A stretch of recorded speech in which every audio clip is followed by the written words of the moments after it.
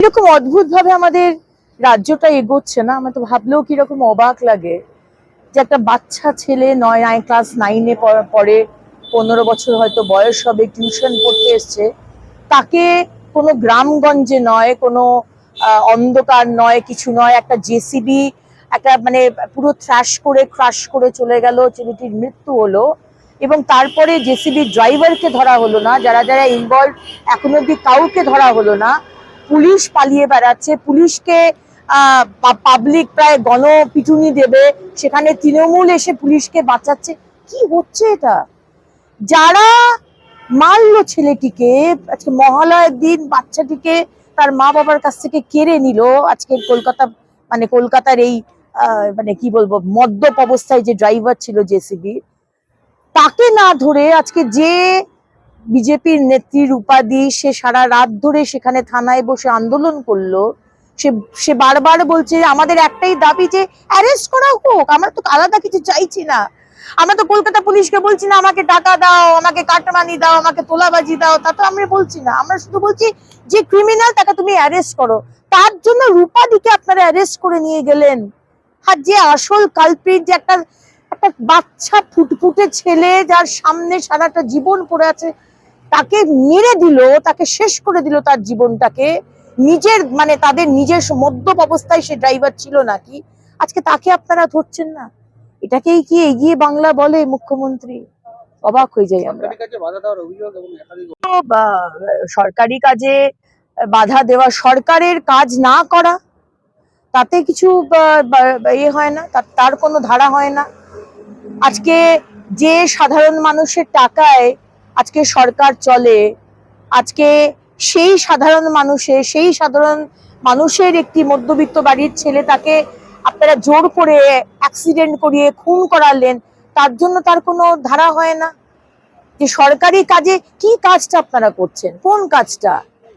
এতগুলো ঘন্টা হয়ে গেছে, আপনারা আসল কালপ্রিটকে ধরতে পারেননি, বলবো না ধরেননি। টিএমসি সেখানকার কাউন্সিলর একবারও আসেনি, টিএমসি সেখানকার বিধায়ক অরূপ বিশ্বাস একবারও যাননি। মনুষ্যত্ব বলে কি সব জিনিস আমরা হারিয়ে ফেলেছি শুধু পাওয়ারে থাকার জন্য, শুধু সিংহাসনে থাকার জন্য। লজ্জা, এটা আমাদের লজ্জা। বন্দ্যোপাধ্যায়ের মতো মানুষ, আমি জানি না উনি কতটা নিজের মন থেকে বলছেন, কারণ ওনারও একটি কন্যা সন্তান আছে, এবং যে মেয়ের বাবা, সে কি করে এই ধরনের কথা বলতে পারে, যার আরেক বাবার আরেক মায়ের যার কন্যা সন্তানকে ছিনিয়ে নিয়েছে এইরকম একটি ঘটনা আমাদের অভয়া। এবং যেটা উনি বলছেন, আমার মনে হয় উনি রাজনীতিতে পশ্চিমবঙ্গের রেলেভেন্স থাকার জন্য উনি বলছেন। কারণ কি, এখন তো অনেকগুলো লবি তৃণমূলের, একটা মমতা ব্যানার্জির লবি, একটা অভিষেক বন্দ্যোপাধ্যায়ের লবি, উনি আমি জানি না কোন লবিতে পড়েন। রেলেভেন্স থাকার জন্য ওনাদেরকে এই কথাগুলো বলতে হয় আর কি। আমি জানি না উনি কি জানেন যে আসলে জুনিয়র ডাক্তাররা যে ধরনের পরিশ্রম করছেন, এখানে সাধারণ মানুষের অসুবিধা হওয়ার কথা নয়। বাইরে ক্যাম্প করা হয়েছে, তারা কাজ করছে, সিনিয়র ডাক্তারবাবুরা রয়েছে, এবং সারা পশ্চিমবঙ্গে যে 28টা না 27টা হাসপাতাল, তার মধ্যে মাত্র বোধহয় 75,000 না কত জুনিয়র ডাক্তার আছে। সুতরাং বারবার এই অসত্য কথাগুলো বলে শুধু নিজের মানে নিজের যে কি বলবো সম্মানটাই আপনারা খোয়াচ্ছেন। কারণ বাংলার মানুষ সব বুঝে গেছে, অন্তত এই অভয়ের কেস নিয়ে আমরা মোটামুটি বুঝে গেছি যে অ্যাকচুয়ালি কি হয়েছিল আর কি হতে চলেছে। পুজোর আমাদের এই পুজো শেষ হবে, পরের বারের পুজো কি হবে তারপর থেকে প্ল্যানিং শুরু হয়ে যায়। সুতরাং পুজো অনেক দিন আগে থেকে পুজোর কথা শুরু হয়ে যায়, কিন্তু পুজোর যখন প্ল্যানিং শুরু হয়েছিল তখন তো আমাদের অভয়াকে আমাদের থেকে কেড়ে নেওয়া হয়নি। আজকে হাজার হাজার পুজো তারা শিরদাঁড়াটাকে সোজা করে এই মানে তৃণমূলের যে ভয় দেখানো থ্রেট কালচারকে কি বলবো একদম না পারওয়া করে আজকে তারা প্রতিবাদ করে টাকাটা নিচ্ছে না, এটা কি কম কথা?